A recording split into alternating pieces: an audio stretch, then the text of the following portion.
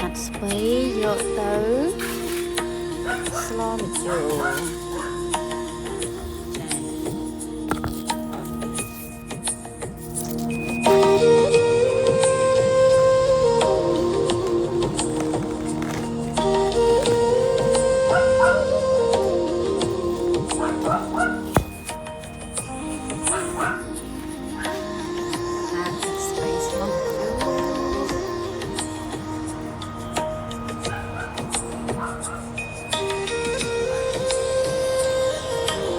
ជួបក្បាលត្រី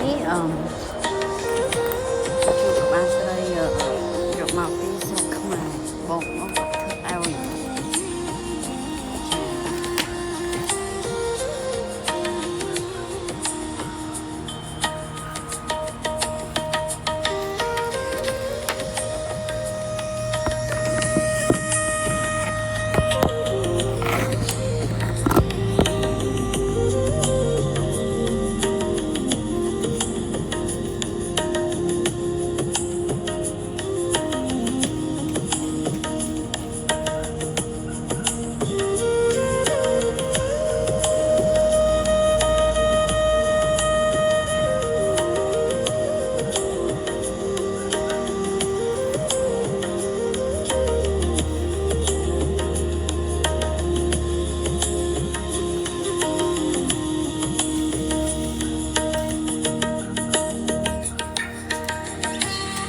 ើឲ្យខ្ញុំទិញទៅប្រែងបាទ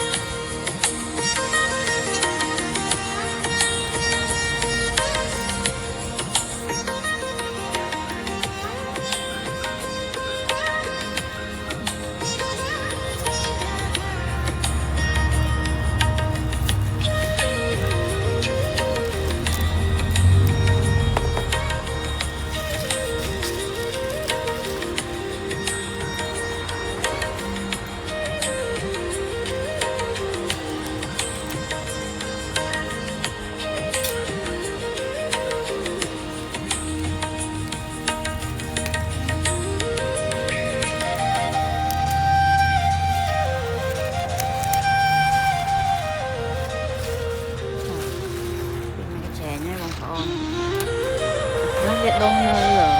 ក្នុងផើងទៅខ្លះវាដុះនៅគ្រាប់វាមានមកវាប៉ាងនៅក្នុងដីចឹងណា